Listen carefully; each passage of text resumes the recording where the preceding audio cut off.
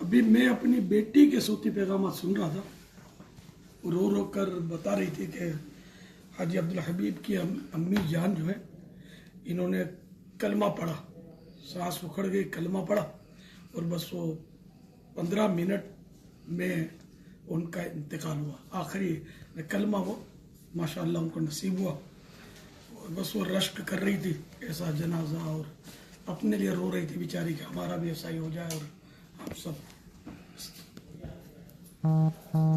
باقی خوش نصیبی ہے کہ ماشاءاللہ اتنے سارے عیسائی بھائیوں نے جنازے میں شرکت کی اور پرسوز رقت بھرا ماحول تھا. ہمیں بھی اپنی موت کو یاد کرنا چاہیے. اللہ تعالیٰ کی خفیہ تدبیر ہمارے بارے میں کیا ہے ہم کو نہیں معلوم، پتہ نہیں ہم کس طرح موت کا شکار ہوں گے. اللہ کرے ایمان و عافیت کے ساتھ زہ نصیب میٹھے مدینے میں زیر گنبد خضرا بس صورت شہادت کلمہ پڑھتے ہوئے دنیا سے رخصت ہوں، جنت البقیع مدفن بنے، جنت الفردوس پیارے حبیب صلی اللہ تعالیٰ علیہ وآلہ وسلم کا پڑوس مل جائے. آمین. ہم سب کے حق میں یہ دعائیں قبول ہوں. تمام سوشل میڈیا کے مسلمان ناظرین کے حق میں بھی یہ دعائیں قبول ہوں. آمین بجاہ النبی الامین صلی اللہ تعالیٰ علیہ وآلہ وسلم. صلو علی الحبیب صلی اللہ تعالیٰ علی محمد.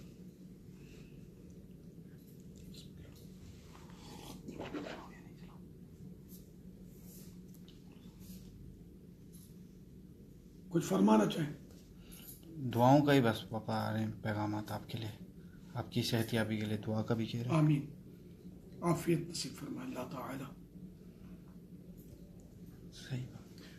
یہ اگر سوشل میڈیا کی جو ناظرین ہیں آج آپ کے ساتھ شریک ہوئے ہیں، اگر انہیں بڑی رات گزارنے کے متعلق کوئی مدنی پھول عطا فرما دے کہ غوث پاک رحمۃ اللہ تعالیٰ علیہ کی جو اس کی رات آئے گی، اس رات یہ اپنے گھر میں یا اپنے اطراف میں آس پاس میں کون سے ایسے اعمال افعال کریں جس سے انہیں مزید برکتیں بھی ملیں، اس حوالے سے اگر کچھ مدنی پھول ارشاد فرمائیں. کسی کو جب تحفہ دیتے ہیں نا تو ذرا سے محبت بڑھتی ہے. تحابو ہدیہ دو، ہدیہ میں گفٹ دو، محبت بڑھے گی.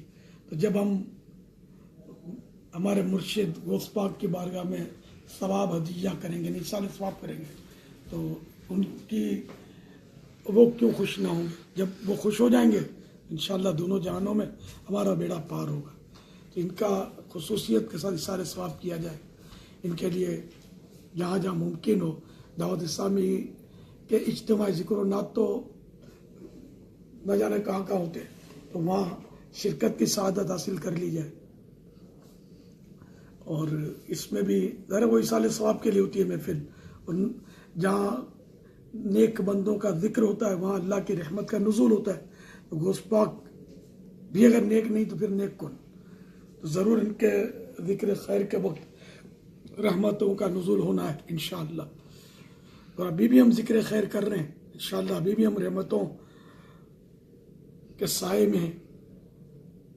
تو 11ویں شریف میں اگر ممکن ہو تو نوافل بھی پڑھے جا سکتے ہیں ایصال ثواب کے لیے. درود شریف کے نذرانے پیش کیے جا سکتے ہیں. کچھ نہ کچھ عبادت اس رات کی خصوصیت نسبت کے ساتھ کر لینی چاہیے اور ایصال ثواب کرنا چاہیے. کھانا بھی کھلایا جا سکتا ہے ایصال ثواب کے لیے. کھانا ہی ضروری نہیں ہے، سارے نیک اعمال کا ثواب ایصال کیا جا سکتا ہے. نمازوں کا بھی، فرض نمازوں کا، رمضان شریف کے روزوں کا، زکوٰۃوں کا، حج کا، سب کا ایصال ثواب ہو سکتا ہے. اچھا، یہ جس طرح امیل سنت سے بھی ہم نے وہ لیا بڑی رات کے حوالے سے، تو کیا ہی بہتر ہو کہ کچھ مدنی پھول ہم 31 دسمبر کو جو نیو ایئر نائٹ کے نام پر جو کچھ ہوتا ہے اس سے زیادہ آپ جانتے ہوں گے، تو اس حساب سے بھی کچھ لے لیں. اور آپ سے میں مدنی پھول جو لیں گے انشاءاللہ میں ضرور عرض کروں گا کہ آپ اس میں تعاون ضرور کیجیے گا کہ جو 31 دسمبر کو جو کچھ بدتمیزیاں اور جو کچھ ہلا گلا ہوتا ہے وہ گناہوں کا سلسلہ ہوتا ہے. ظاہر ہمیں اس سے اپنا کردار ادا کرنا چاہیے. اب بھی اپنا کردار ادا کریں, دعوت اسلامی کے ساتھ مل کر اپنا کردار ادا کریں, اور خود بھی خاص طور پر اس رات کو گناہوں سے بچنے اور دوسروں کو بچانے کی ہم کوشش کریں. تو اس میں بہت سارے ایسے کام کیے جا سکتے ہیں جس میں ہم اللہ کی رضا پا لیں. تو بہتر ہے کہ میں امیر سنت سے بھی عرض کروں گا کہ اس حوالے سے کچھ مدنی پھول عطا فرمائیں.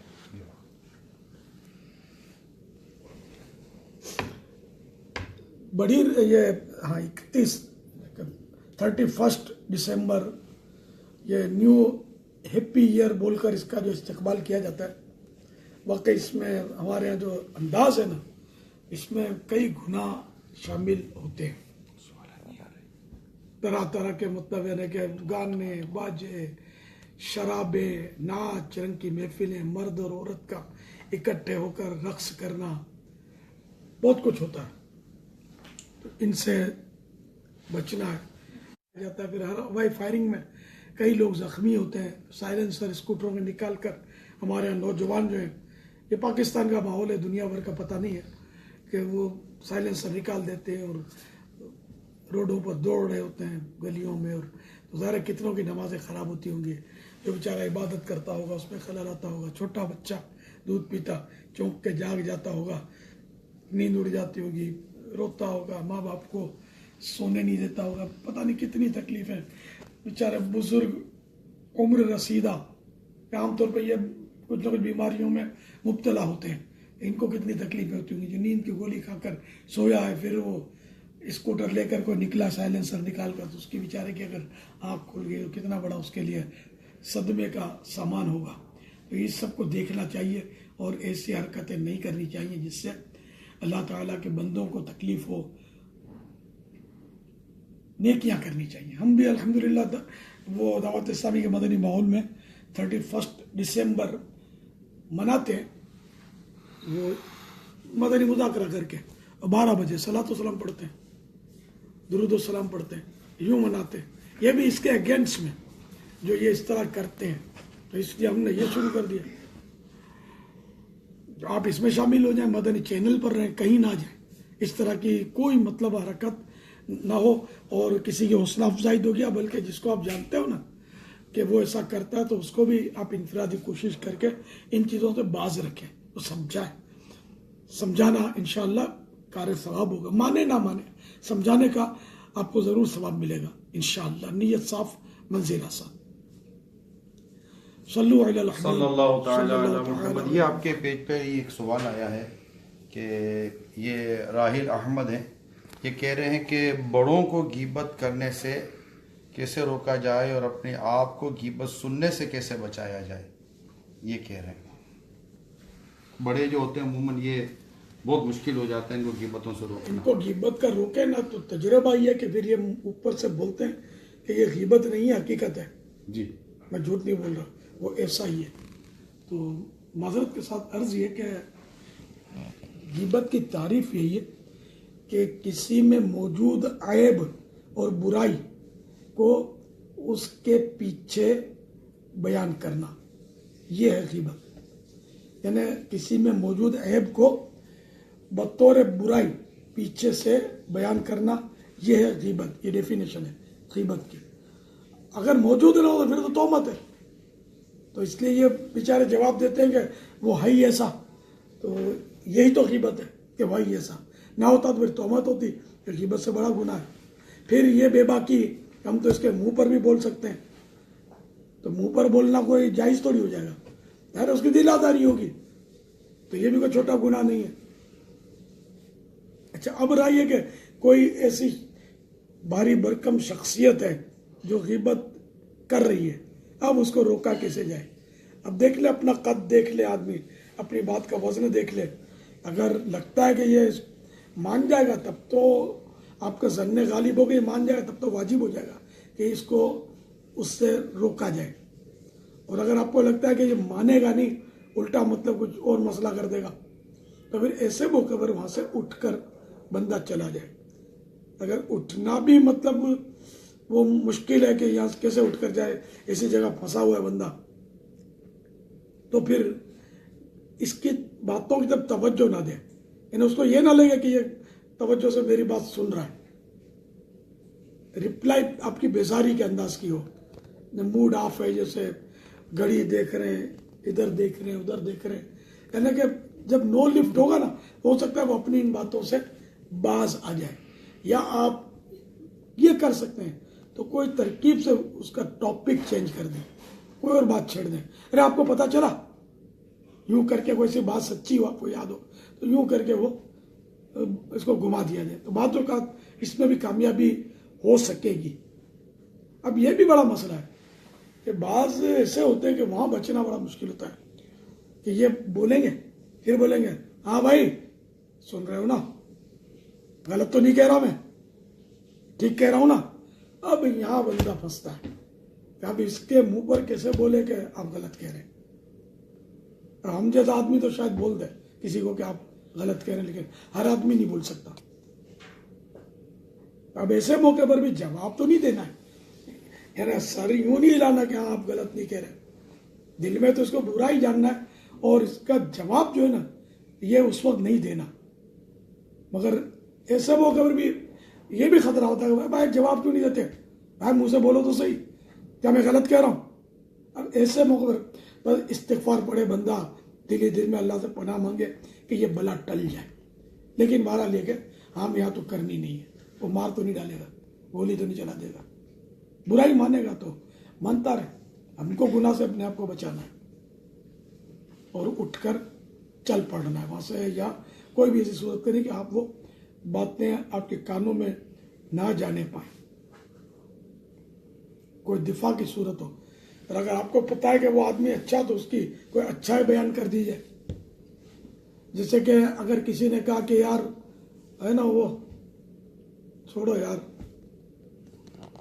فلاں کے پیسے کھا کے بیٹھا ہے، اب اس کو بتانے کی حاجت نہیں، خواہ مخواہ بول رہا ہے اور اس کو کنفرم بھی نہیں پتا کہ وہ پیسے کھا کے بیٹھا ہے، اور آپ اس کی اچھائی جانتے کہ یہ باجماعت نماز پڑھتا ہے، تو آپ نہیں بول دیں ویسے یہ 5 ٹائم میں نے دیکھا کہ باجماعت نماز پڑھتا ہے. یعنی مطلب کوئی خوبی ہے تو وہ کیوں بیان نہیں کرتے کہ 5 ٹائم کی نماز بھی تو پڑھتا ہے، ماں باپ سے اچھا سلوک کرتا ہے. اگر پتا ہے تو یہ بول دیں کہ اپنی ماں کو تو اس نے بالکل ادر در رکھا ہے، اس کو کوئی تکلیف نہیں پہنچاتا، باپ کا بھی بڑا احترام کرتا ہے. یعنی کوئی خوبیاں معلوم ہے تو اب وہ اپنی شروع ہو جائے. بعض بولنے میں تیز ہوتے ہیں نا تو وہ بھی ہو سکتا ہے کہ ان کو چھا جائے غیبت کرنے والے پر. تو یہ مختلف آپشنز میں نے دیے ہیں، لیکن دیکھ لیں آپ، اللہ کرے کہ اس وقت آپ کو اتنی ہمت آ جائے اور آپ غیبت کرنے والے کا منہ بند کر سکیں. اور ایسوں کی صحبت میں بھی نہیں بیٹھنا ہے کہ پتہ ہے کہ یہ غیبتیں کرتا ہے تو پھر کوئی ترکیب ہو، یہ آیا گیا، بھلے خاندان کا کوئی فرد ہے، آدمی قطر آ جائے، نکل جائے، اپنا کوئی کام نکال لے، جھوٹ بھی نہ بولے، چلا جائے. بلکہ میں تو کہتا ہوں کہ ایسا آدمی کو غیبت کر رہا ہو نا تو غیبت سننے کے بجائے ایک دم سے اٹھ کر واش روم میں چلا جائے. یہ اس کو بولنا نہیں ہے مجھے پیشاب کی حاجت ہے، واش روم میں چلا جائے، تھوڑا وقت پاس کر لے بند کر کے دروازہ، بھلے پیشاب نہیں لگا. تو یہ غیبت سننے کی بلا سے تو بچنے کا ایک نسخہ ہے. اور یہ اس پہ اعتراض نہیں کرے گا کہ تم کو پیشاب لگا کیوں، ارے اس کو کیا پتا کہ پیشاب لگا یا نہیں. پر آپ نے کبھی بھی اس پر ظاہر نہیں کرنا کہ مجھے پیشاب نہیں لگا تھا. یہ تو سوشل میڈیا پر الیاس قادری نے یہ نسخہ بتایا تھا تم جیسوں سے جان چھڑانے کے لیے. تو اگر یہ پتہ چل گیا تو پھر آپ آزمائش میں آ جائیں گے، کبھی ضرور واقعی پیشاب لگا نا تو پکڑ لے گا آپ کو کہ نہیں جانے دوں گا میری سن. تو یہ الحکمت و دالت المؤمن، حکمت مومن کا گمشدہ خزانہ ہے. واللہ تعالی اعلم ورسولہ اعلم عز وجل وصلی اللہ تعالی علیہ وآلہ وسلم.